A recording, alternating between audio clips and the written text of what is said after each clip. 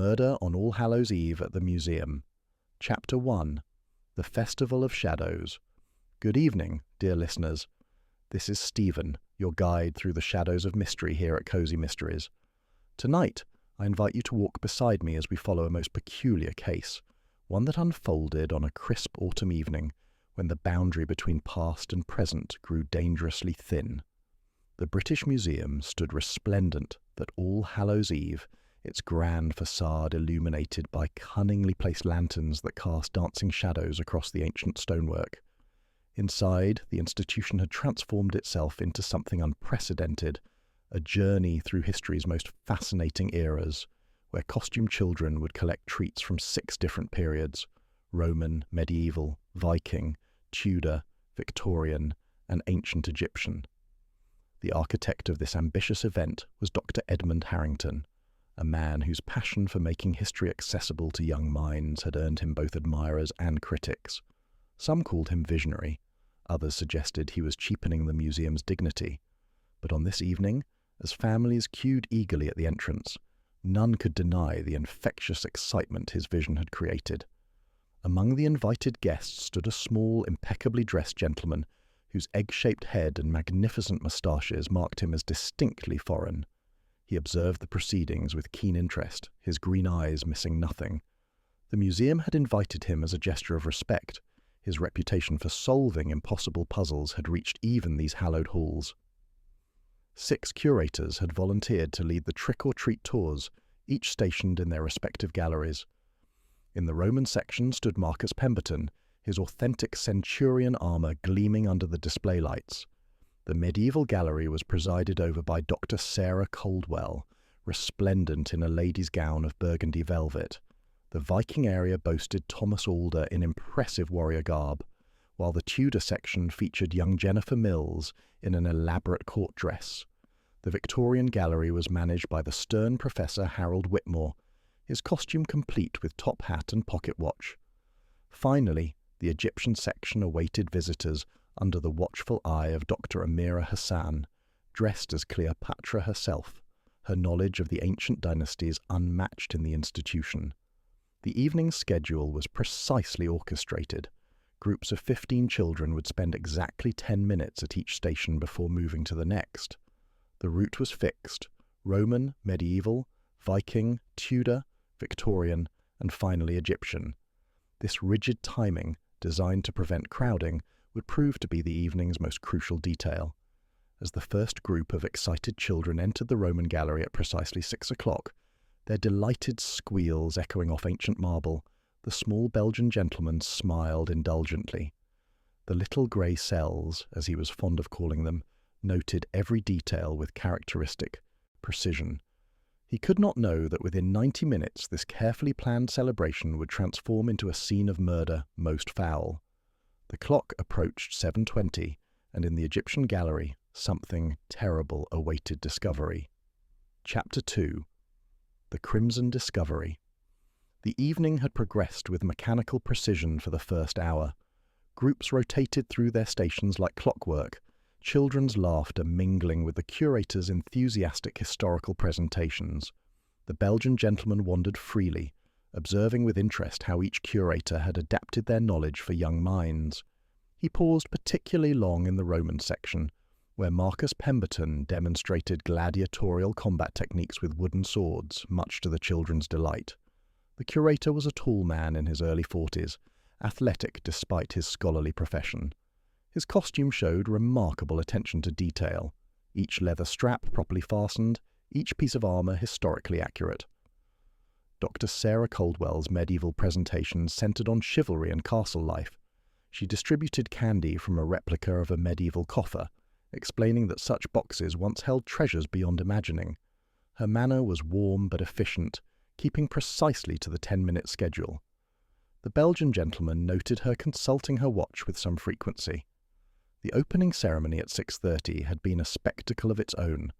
Dr. Harrington had stood in the main hall, welcoming guests with characteristic enthusiasm. He spoke of how history lived in these very rooms, how each artifact told a story waiting to be discovered. His speech lasted exactly 8 minutes. The gentleman noted this with approval, for precision in all things was admirable. But now, as Group 4 entered the Egyptian gallery at 7:20, something had gone terribly wrong. Dr. Coldwell, leading her medieval group, arrived first. The room was dimly lit to create atmosphere, with spotlights illuminating key sarcophagi and statuary. She called out for Dr. Hassan, expecting to hand over her charges for the final station of the tour. Silence answered her. Then one of the children screamed. The Belgian gentleman, who happened to be examining a Roman mosaic 2 galleries away, heard the commotion and moved with surprising speed toward the Egyptian section. He arrived to find Dr. Coldwell attempting to shield the children's view while simultaneously calling for help. Behind the great sarcophagus of Pharaoh Amenhotep III lay Dr. Edmund Harrington, the museum's director. His evening jacket was stained crimson, and protruding from his chest was an ornate ceremonial dagger, its blade forged in ancient Egypt, its handle adorned with lapis lazuli and gold leaf. The gentleman's keen eyes swept the scene in an instant. The body's position, the weapon's angle, the distribution of blood, all registered in those remarkable grey cells. He spoke quietly, but with absolute authority. Everyone must remain exactly where they are. Someone alert security immediately and contact Inspector Japp at Scotland Yard. Tell him Hercule Poirot requests his presence most urgently. Dr. Coldwell stared at him, her face pale beneath her medieval headdress. You're the detective, the one they invited. Indeed, madame, and I observe that you have made a most unfortunate discovery. But tell me, his eyes narrowed slightly, when did your group arrive at this gallery? Just now, 7:20 exactly. I always keep to schedule. Her voice trembled slightly. Poirot nodded slowly, his gaze moving from the body to the empty display case against the far wall. The case's glass door hung open, and inside, the velvet cushion that should have held the murder weapon lay vacant. Most interesting, he murmured. Most interesting indeed. Chapter 3. The Locked Case. Mystery. Within 15 minutes, the museum had been sealed. Parents collected their children, those who hadn't witnessed the horror, while security personnel herded everyone else into the main hall. The 5 remaining curators stood together, their period costumes now seeming grotesque rather than festive. Marcus Pemberton's centurion armour suddenly appeared militaristic and threatening. Thomas Alder's Viking warrior garb made him look barbaric. Even Jennifer Mills's Tudor finery seemed to speak of a violent, treacherous age. Inspector Japp arrived with his characteristic efficiency, accompanied by several constables and a police surgeon. He greeted Poirot with a mixture of relief and resignation. Poirot, should have known you'd be mixed up in this somehow. What have we got? The little detective gestured toward the body, which the surgeon was now examining. A murder most deliberate, my friend. Observe the weapon. It is no ordinary knife, but an authentic ceremonial dagger from the 18th dynasty. It should have been secured in that display case, which requires not 1 but 2 keys to open. Japp examined the empty case. Who holds the keys? That is precisely what we must discover. But already I perceive something most significant. Come, observe with me. He led Japp to the body, careful not to disturb any evidence. The police surgeon looked up from his examination. Dead approximately 30 to 40 minutes, I'd say. Between 6:40 and 7 o'clock. Stabbed directly through the heart. Death would have been nearly instantaneous. Poirot's eyebrows rose. You're certain of this timing? As certain as one can be with these estimates. The body temperature, the degree of rigor mortis beginning in the smaller muscles, the lividity patterns, all consistent with death around 6:50. But this is most peculiar, Poirot said softly. Dr. Coldwell discovered the body at 7:20, yet you say he died at 6:50, so for 30 minutes the body lay here undiscovered. Japp consulted his notebook. According to the schedule, no groups were assigned to the Egyptian gallery. Between 6:40 and 7:20, the first group wouldn't arrive until precisely 7:20 when Dr. Coldwell's group made their discovery. Exactly. Poirot's fingers drummed against his lips.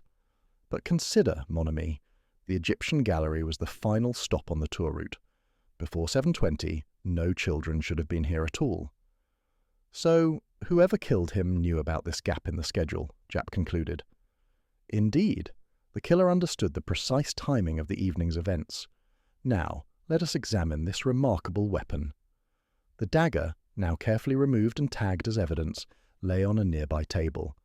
Its blade was indeed ancient, but the edge remained sharp enough for its terrible purpose. Poirot studied it without touching, his eyes noting every detail. "This particular piece," a voice said behind them, "is from the reign of Thutmose III. It would have been used in religious ceremonies, not warfare." Dr. Amira Hassan, still in her Cleopatra costume, approached with careful steps.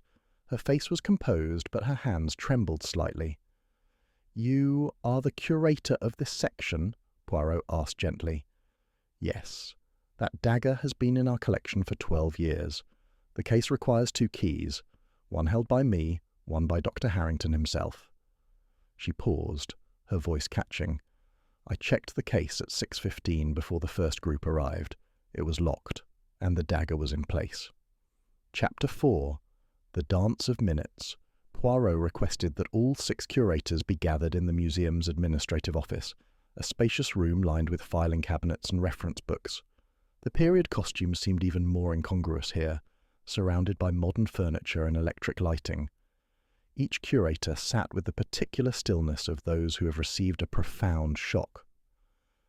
"Mesdames et messieurs," Poirot began, his voice gentle but commanding, "I must ask you to recount your movements this evening.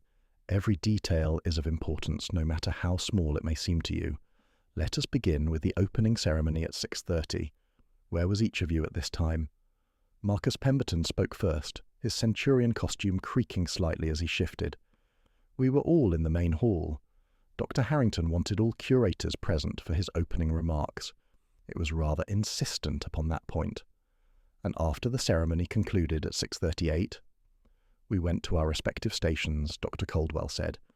"My medieval group was scheduled to begin at 6:40, which meant I needed to reach my gallery immediately." "The same for all of us," Thomas Alder added. His Viking horns had been removed, revealing a balding head that gleamed with perspiration. The first group started in the Roman section at 6 o'clock, but they were already into their second rotation by the time the ceremony ended. Jennifer Mills, the youngest curator, spoke up nervously. "The timing was very tight. Dr. Harrington planned it that way. He wanted maximum efficiency." Poirot nodded thoughtfully. "So, between 6:38 and 6:50, the time of death, each of you should have been in your designated gallery with a group of children." "That's correct," Professor Whitmore confirmed. The Victorian gentleman's costume made him look like a character from a Dickens novel, an impression strengthened by his severe features.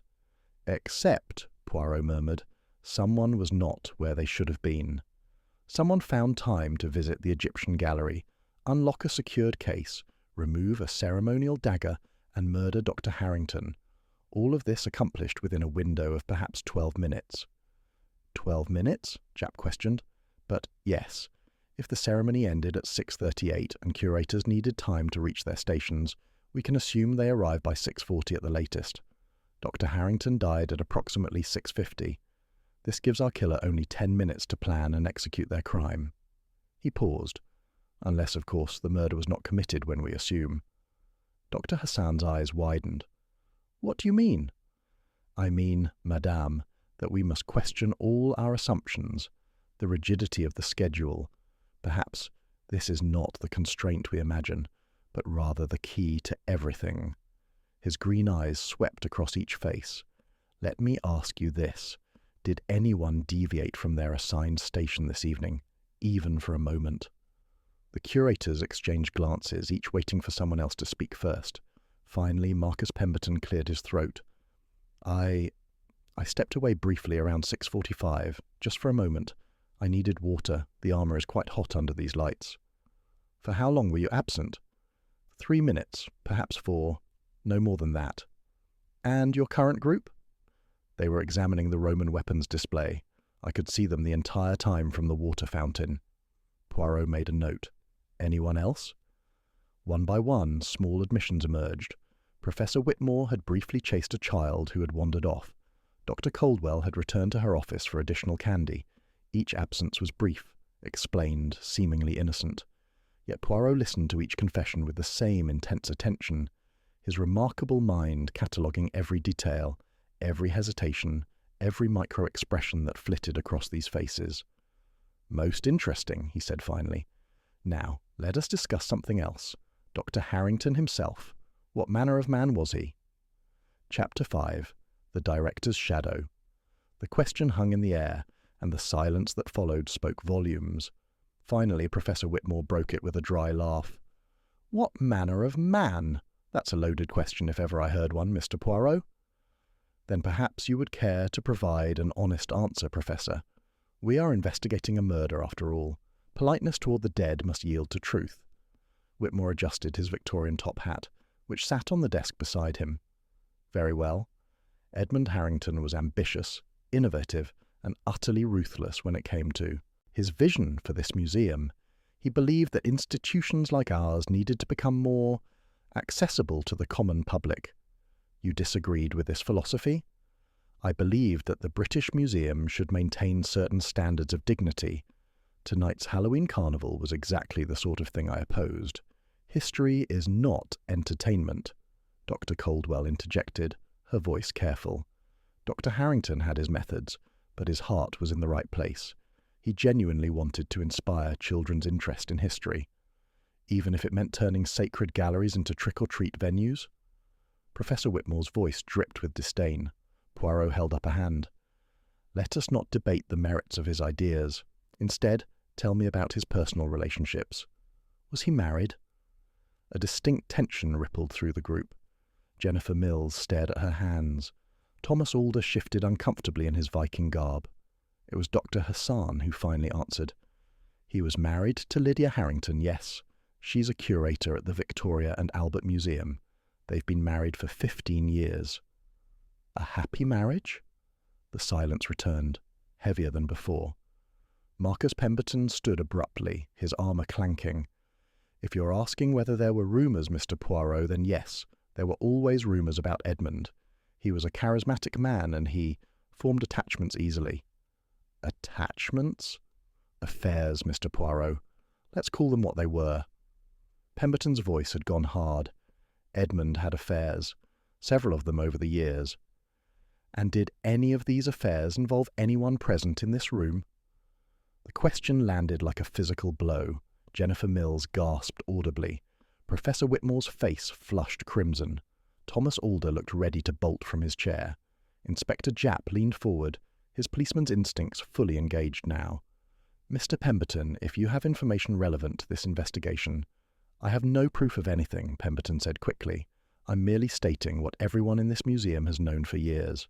Edmund Harrington was not faithful to his wife. Whether any of us here were involved in his indiscretions, I cannot say with certainty."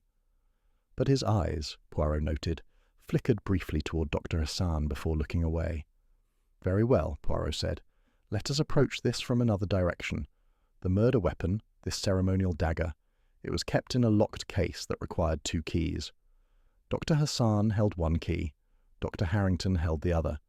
Yet somehow the killer obtained both keys, or found another way to open the case." "Could the lock have been picked?" Japp asked. Dr. Hassan shook her head. "These cases have sophisticated locks, precisely because they contain priceless artifacts. Picking one would require significant skill and time. Then we must assume the killer had legitimate access to the keys." Poirot's gaze swept the room. "Dr. Hassan, where do you keep your key?" "On a chain around my neck, always. It never leaves my person." "And Dr. Harrington's key?" "He kept it in his office, in his desk drawer. He was rather cavalier about security, I'm afraid." Poirot nodded slowly. "So, anyone with access to his office could have taken his key. Which of you had such access?" "All of us," Professor Whitmore admitted. "We're senior curators. We all have keys to the administrative offices." "Ah," Poirot smiled thinly. "How very convenient for our murderer." Chapter 6. The Costume's Tale. Poirot requested that each curator be brought individually into the Egyptian gallery. He wanted to observe how they reacted to the crime scene, but more importantly, he wanted to examine something that had caught his attention during the earlier interview. Marcus Pemberton came first, his Roman armour now looking slightly dishevelled. The leather straps that held the various pieces together showed signs of wear from the evening's activities. Poirot asked him to stand near where the body had been found, now marked by police tape, and describe exactly what he had seen and done during the opening ceremony. As Pemberton spoke, Poirot circled him slowly, his eyes studying every detail of the costume.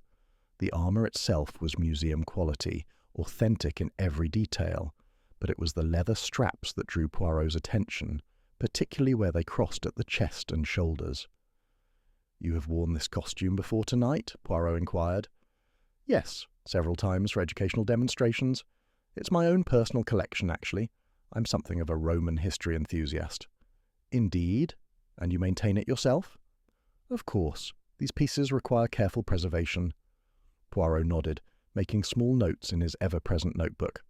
He asked Pemberton to walk through his movements during the critical period between 6:40 and 7 o'clock, paying special attention to when he left his station for water. "The drinking fountain is near the Roman gallery entrance," Pemberton explained. "I was gone perhaps 4 minutes at most. I could still see my group through the doorway." "And you saw no one else during this time? No one moving through the corridors who should not have been there?" Pemberton hesitated. "Actually, now that you mention it, I thought I saw someone in Egyptian costume pass by. Just a glimpse, really. I assumed it was Dr. Hassan." "What time was this?" "Around 6:45, perhaps 6:46. But Dr. Hassan should have been in the Egyptian gallery preparing for the first group, which would not arrive until 7:20. Yes, I suppose that's odd.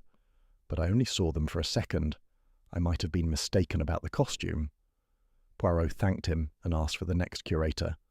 One by one they came. Dr. Coldwell in her medieval gown, Thomas Alder in his Viking garb, Jennifer Mills in her Tudor dress, Professor Whitmore in his Victorian attire, and finally Dr. Hassan in her Cleopatra costume. With each one, Poirot repeated the same careful examination of their clothing, the same precise questions about their movements. He knelt to examine hems and shoes, ran his fingers along seams and fasteners, studied stains and marks that might have seemed insignificant to others. It was when examining Marcus Pemberton's costume for a second time, with better lighting, that Poirot found what he had been seeking. Along the inner side of one leather strap, barely visible, was a fine white powder. He collected a sample carefully on a piece of paper. Inspector Japp watched with interest. "What is it?" "Limestone dust, I believe. Most curious, non? Where in a Roman gallery would one encounter limestone dust?" Japp shrugged. "These old buildings, Poirot, dust everywhere." "Ah, but this is not ordinary building dust. It is very fine, very specific. The kind of dust one might encounter when moving something heavy made of limestone. Something like, perhaps, a sarcophagus." The implications hung in the air between them. "But the sarcophagus are in the Egyptian gallery," Japp said slowly. "Precisely, mon ami, precisely." Poirot's eyes returned to Pemberton's costume, studying it with renewed intensity, and there, hidden in the intricate tooling of the leather, visible only when the light hit at exactly the right angle, he saw something else, tiny flecks of a dark, rust-coloured substance. Blood, dried and nearly invisible against the brown leather. Blood that had been there for more than an hour, deposited before the body was officially discovered. The little grey cells began to work furiously, assembling pieces of a puzzle that was becoming clearer with each passing moment. Chapter 7. The Geometry of Deception. Poirot requested a detailed floor plan of the museum and spread it across a table in the administrative office. With Inspector Japp looking over his shoulder, he began marking positions and times with precise notation. "Observe, my friend. The schedule is everything. Groups spend exactly 10 minutes at each station before moving on. The route is fixed. Roman, medieval, Viking, Tudor, Victorian, Egyptian. We can map each group's position at any given time with mathematical certainty." He traced his finger along the route. Group 1 begins in the Roman gallery at 6 o'clock. By 6:10 they move to medieval. By 6:20 Viking. By 6:30 Tudor. But here, he tapped the paper. At 6:30, everything pauses for the opening ceremony in the main hall. "All groups stop their tours," Japp confirmed. "Exactly. The ceremony lasts 8 minutes until 6:38. Then the tours resume. But now the timing is disrupted. Groups that should have moved at 6:30 do not move until 6:40. Poirot drew more lines on the map. This means that between 6:38 and 6:50, our critical window, the Egyptian gallery is completely empty. No groups are scheduled. Dr. Hassan should be there alone, preparing for the first group's arrival at 7:20. So the killer chose this time. Deliberately, Japp said, when they knew the Egyptian gallery would be unoccupied. But more than this, my friend, consider. Dr. Harrington was last seen alive at the opening ceremony, which ended at 6:38. His body was discovered at 7:20, yet the police surgeon tells us he died around 6:50. For 30 minutes after his death, the body lay hidden. Why? Poirot's finger moved to the sarcophagus of Amenhotep III, marked on the floor plan as a large rectangular object in the centre of the Egyptian gallery. Because the body was not where it was found. Initially it was hidden, behind this sarcophagus. Only later was it moved to where Dr. Coldwell would discover it. But why move it at all? Japp frowned. Why not just leave it hidden? Because, mon ami, a body that is never discovered cannot serve its purpose. The killer needed the body to be found, but found at a specific time, under specific circumstances. Poirot's eyes gleamed. Tell me, when Dr. Coldwell discovered the body, where exactly was she standing? Japp consulted his notes. At the entrance to the Egyptian gallery, her group had just arrived for their scheduled 7:20 visit. And the body was positioned such that it would be immediately visible from that entrance? Yes, impossible to miss. Voilà. Poirot struck the table lightly. The killer arranged a tableau, Inspector. The murder itself occurred at 6:50, with the body hidden.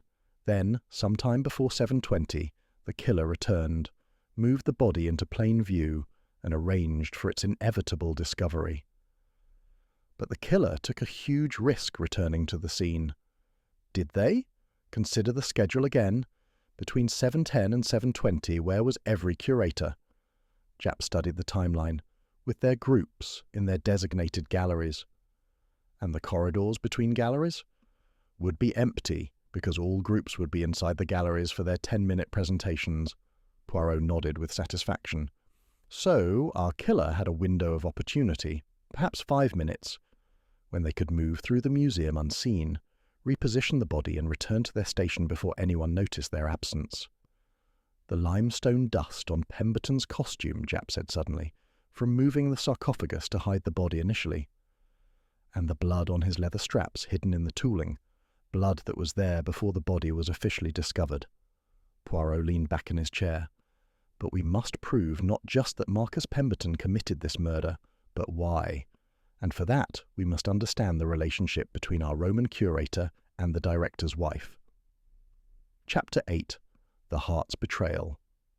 Inspector Japp's investigations into Dr. Harrington's personal life had yielded the information Poirot suspected. Mrs. Lydia Harrington agreed to meet with them at her flat in Bloomsbury, a tastefully decorated space that spoke of refined sensibilities and careful curation. She was a striking woman in her early 40s, with dark hair streaked with premature silver and eyes that showed the strain of recent grief, or perhaps something more complicated than simple grief. Mrs. Harrington, Poirot began gently, I understand this is a difficult time, but I must ask you some questions of a personal nature.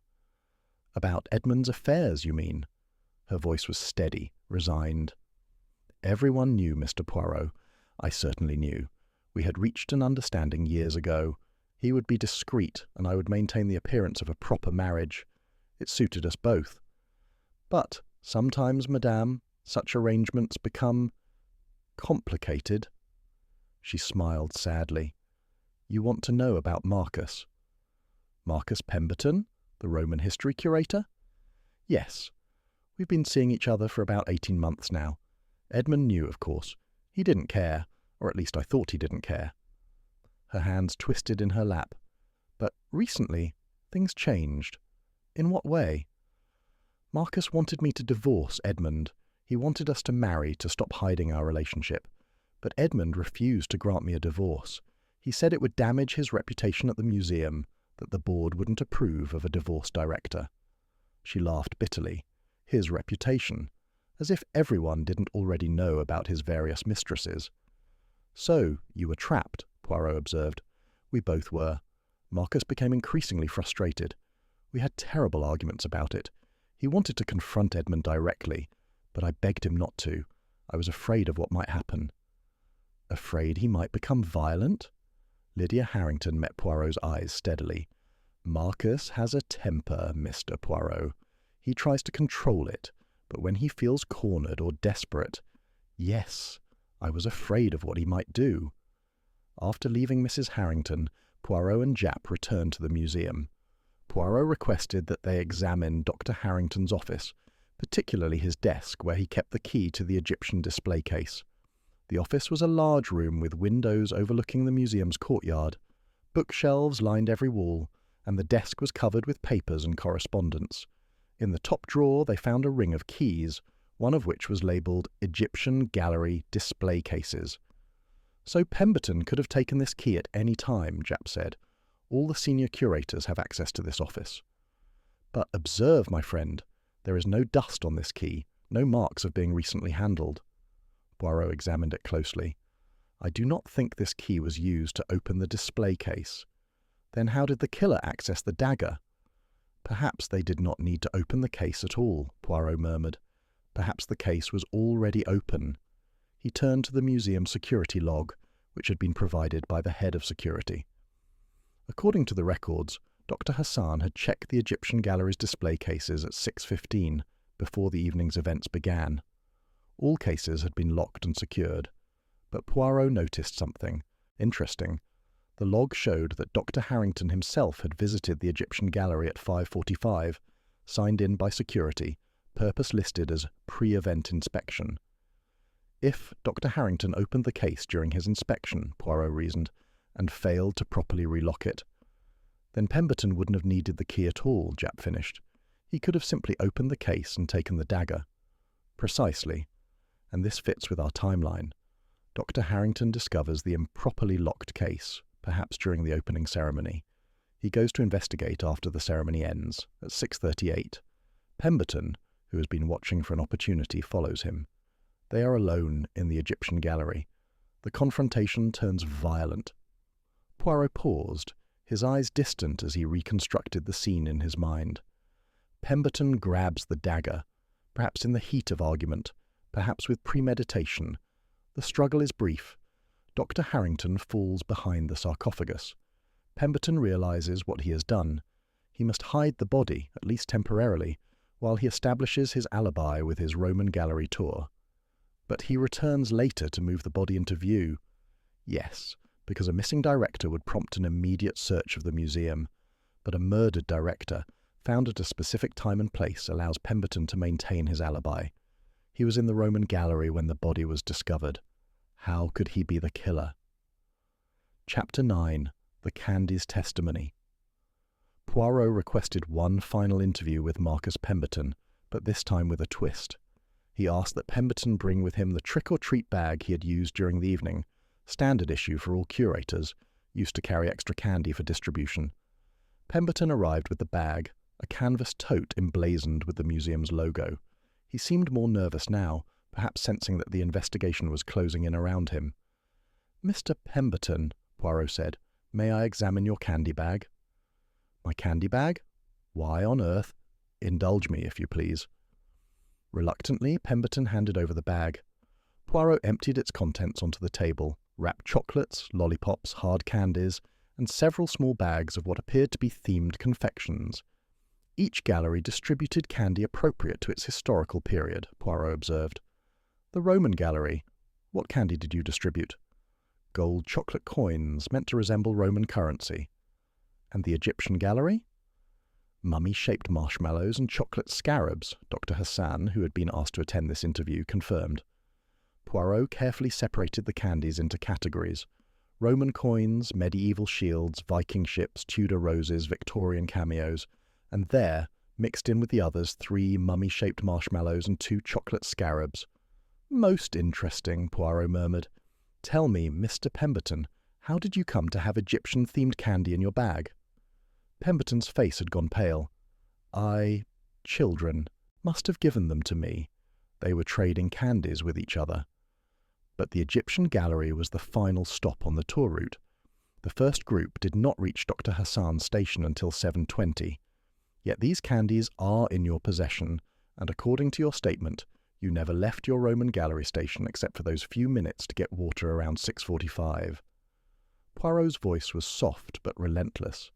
So, when did you acquire these Egyptian candies? I told you, children trading. No, monsieur. Children would not have Egyptian candies to trade until after they visited the Egyptian gallery.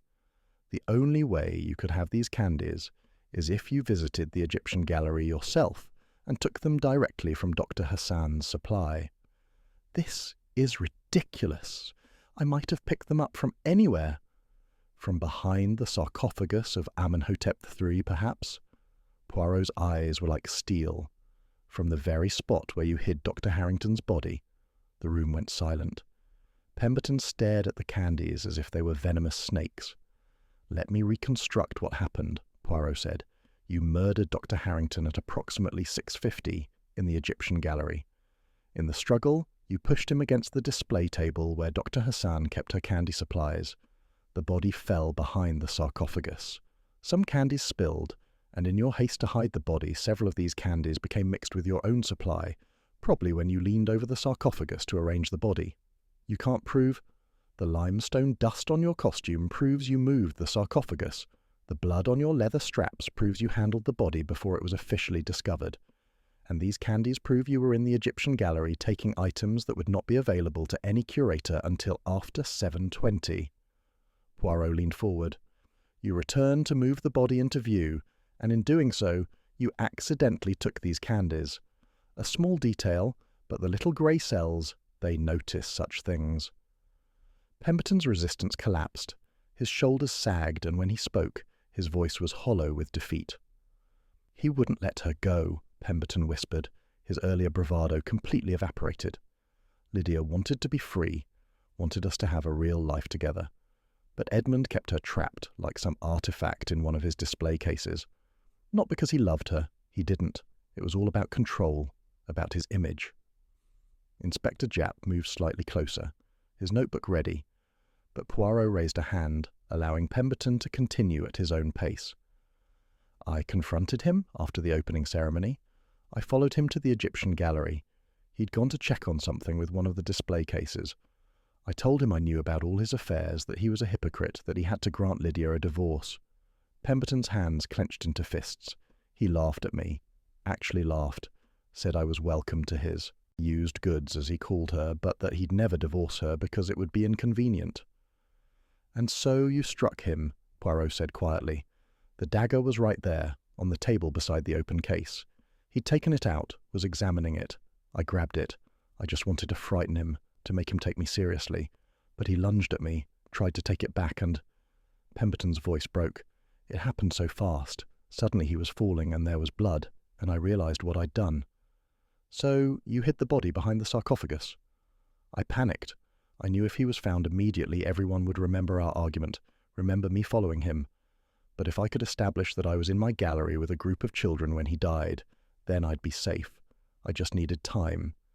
And so you moved the sarcophagus, a feat requiring considerable strength, and concealed the body. Then you returned to your Roman gallery and continued your tour as if nothing had happened. Pemberton nodded miserably. I knew the Egyptian gallery would be empty until 7:20. I planned to move the body just before that, make it look like he'd been killed moments before Dr. Coldwell's group arrived. I thought it would confuse the timeline enough to protect me. But you made several mistakes, Poirot said. The limestone dust from the sarcophagus clung to your costume. The blood from the initial attack stained your leather straps, hidden in the decorative tooling where you thought no one would notice. And the candies, the candies, you never even realized you'd collected them when you returned to move the body. I tried to be careful, Pemberton said weakly. I waited until 7:15, when all the groups were settled in their galleries and the corridors were empty. I slipped into the Egyptian section, moved the body into position, and was back in the Roman gallery within 5 minutes. No one saw me. No one human, perhaps, Poirot agreed. But the evidence, monsieur, the evidence sees everything. The blood, the dust, the candies, they all told their story to one who knew how to listen. Inspector Japp stepped forward with handcuffs. "Marcus Pemberton, I'm arresting you for the murder of Dr. Edmund Harrington.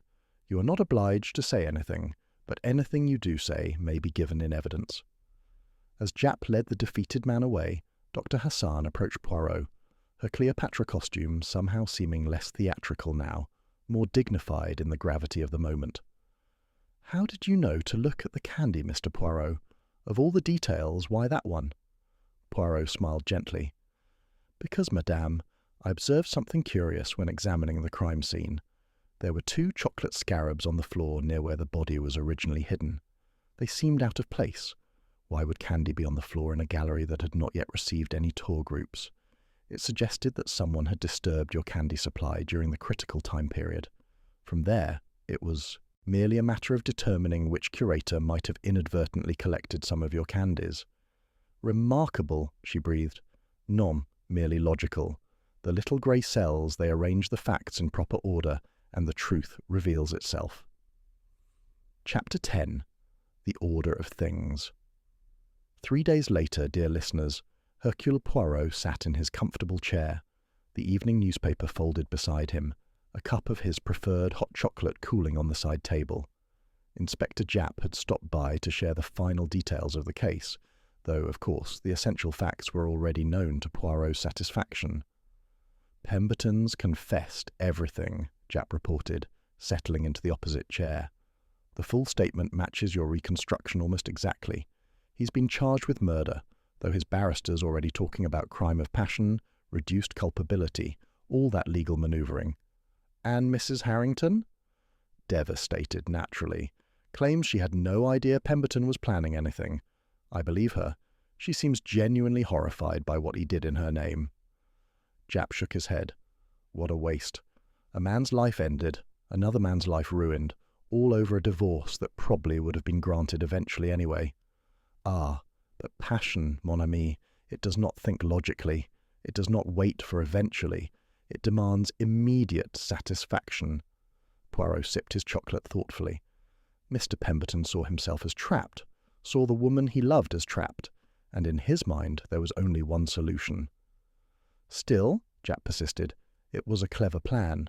Using the schedule like that, establishing his alibi by being visibly present with the tour groups. If not for your attention to detail, those candies of all things, he might have gotten away with it." "The candies, yes, but also the blood, the limestone dust, the timing of everything." Poirot set down his cup with precision. "You see, Japp, the schedule that Mr. Pemberton thought would protect him was actually what exposed him.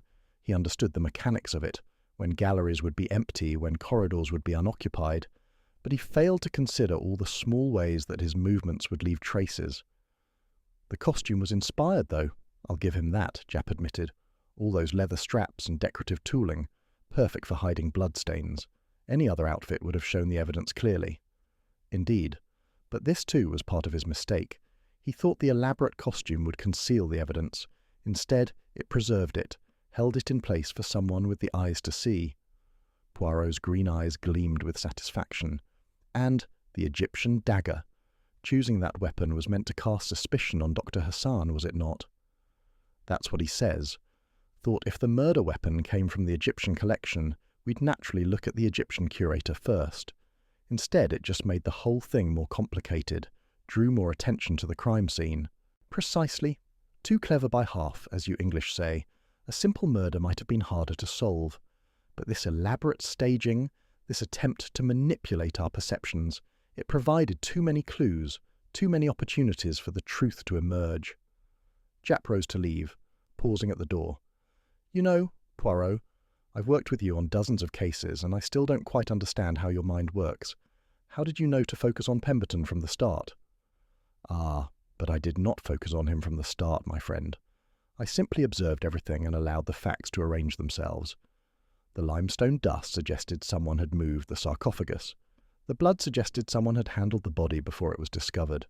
The timing suggested someone who understood the evening's schedule intimately. And the candies, they provided the final proof. Still seems like magic to me. No, not magic. Method, order, logic. The little grey cells properly applied. Poirot smiled. "Now go, Inspector. I am sure Scotland Yard has many other crimes requiring your attention." After Japp departed, Poirot sat in silence for a moment, contemplating the case. The British Museum would recover from this scandal, as institutions always do. Dr. Hassan would continue her excellent work with the Egyptian collection. The children who had witnessed the discovery of the body would grow up with a dramatic story to tell, though one hoped it would not permanently colour their view of history. And Mrs. Lydia Harrington? She would mourn, perhaps, not the husband she had lost, but the future she had imagined with Marcus Pemberton, a future that would now never come to pass. It was the way of such things, Poirot reflected. Passion and desperation led to terrible choices, and terrible choices led to consequences that rippled outward, touching many lives. But at least the truth had been discovered. The murder had been solved. Order had been restored to chaos. And really, when one considered it properly, that was what mattered most. Hercule Poirot reached for his chocolate, found it had gone cold, and rang for a fresh cup.